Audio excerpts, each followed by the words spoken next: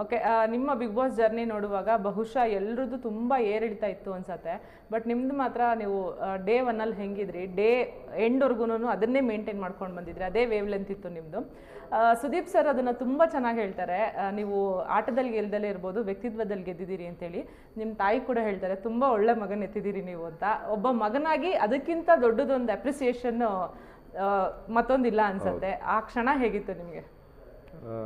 ಅದಕ್ಕೆ ನಿಜವಾಗ್ಲೂ ಪದಗಳೇ ಇಲ್ಲ. ಕಪ್ಪು ಗೆದ್ದಾಗಲೂ ಅಷ್ಟು ಖುಷಿ ಆಗುತ್ತಾ ಇಲ್ಲ ಗೊತ್ತಿಲ್ಲ. ಅಂಥ ಮಾತುಗಳು ಕೇಳಿದಾಗ ಅಥವಾ ಅಂಥ ಮಾತು ನಮ್ಮಮ್ಮಗೆ ಅವ್ರು ಹೇಳಿದಾಗ ನಮ್ಮಮ್ಮಗೆ ಅದಕ್ಕಿಂತ ಏನು ಬೇರೆ ಏನು ಕೊಡಬೇಕು ಅಂತ ನನಗೆ ಅನಿಸಲ್ಲ. ಲೈಕ್ ನಾನು ಹೆಂಗಿದ್ದೀನೋ ಹಂಗಿದ್ದೀನಿ, ಅದನ್ನ ಎಷ್ಟು ಜನ ಇಷ್ಟಪಟ್ಟಿದ್ದಾರೋ ಅದಕ್ಕೆ ಖುಷಿ. ಓಕೆ.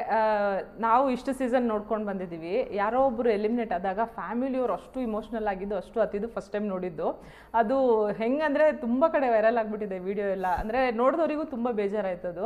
ಹೇಗೆ ಸಮಾಧಾನ ಮಾಡಿದ್ರಿ ನಿಮ್ಮ ವೈಫ್ನ ಮತ್ತು ತಾಯಿನ? ಅಲ್ಲಿರ್ಬೇಕಂದ್ರೆ ಜಾಸ್ತಿ ಸಮಾಧಾನ ಮಾಡೋಕ್ಕಾಗಿಲ್ಲ.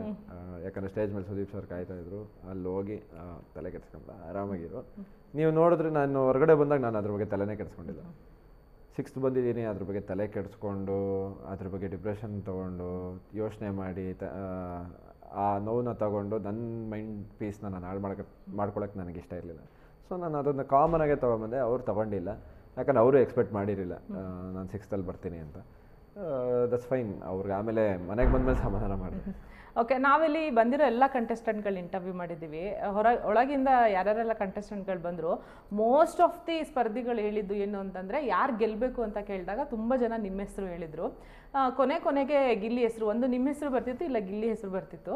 ಹೊರಗಡೆ ಬೇರೆನೇ ಇತ್ತದು, ಟ್ರೆಂಡು ಹೊರಗೆ ಬೇರೆ ಇತ್ತು. ಯಾಕಂದರೆ ಇವಾಗ ಒಳಗಡೆ ನೋಡಿರೋದು ಬೇರೆ ಆಗುತ್ತೆ, ಆಡಿಯನ್ಸ್ ನೋಡೋದು ಬೇರೆ ಆಗುತ್ತೆ. ಬಟ್ ಒಳಗಿಂದ ಹೊರಗೆ ಬಂದಿರೋ ಕಂಟೆಸ್ಟೆಂಟ್ಗಳೆಲ್ಲ ನಿಮ್ಮ ಹೆಸರು ಹೇಳ್ತಾ ಇದ್ರು. ಅದ್ರ ಬಗ್ಗೆ ಏನು ಹೇಳ್ತೀರಿ ನೀವು? ಅದೇ ಪ್ರತಿಯೊಬ್ಬರ ಹತ್ರನೂ ಚೆನ್ನಾಗಿರಬೇಕು, ಏನೋ ಸೇಫ್ ಬುಕ್ಕಲ್ಲಿರಬೇಕು, ಗುಡ್ ಬುಕ್ಸಲ್ಲಿ ಇರಬೇಕು ಅಂತ ನಾನು ಯಾವತ್ತೂ ಆಟಾಡಿಲ್ಲ. ಯಾವಾಗ ತಪ್ಪು ಅನಿಸೋದು ತಪ್ಪು ಅಂತ ಇದೆ, ಯಾವಾಗ ಸರಿ ಅನಿಸೋದು ಅವಾಗ ಸರಿ ಅಂತ ಇದ್ದೆ.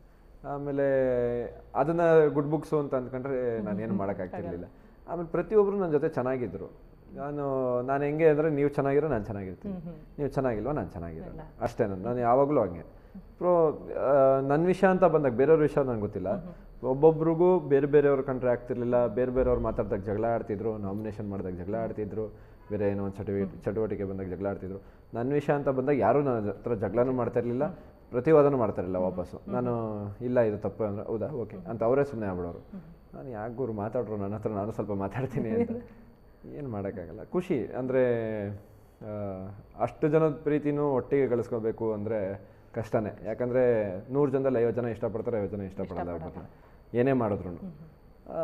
ಅದರಲ್ಲೂ ಆಲ್ಮೋಸ್ಟ್ ಇವಾಗ ಅಲ್ಲಿರೋ 24 ಜನದಲ್ಲಿ ಒಂದು 20 ಜನ ಆದರೂ ನಾನು ಇಷ್ಟಪಡ್ತಾರೆ, ನಾನು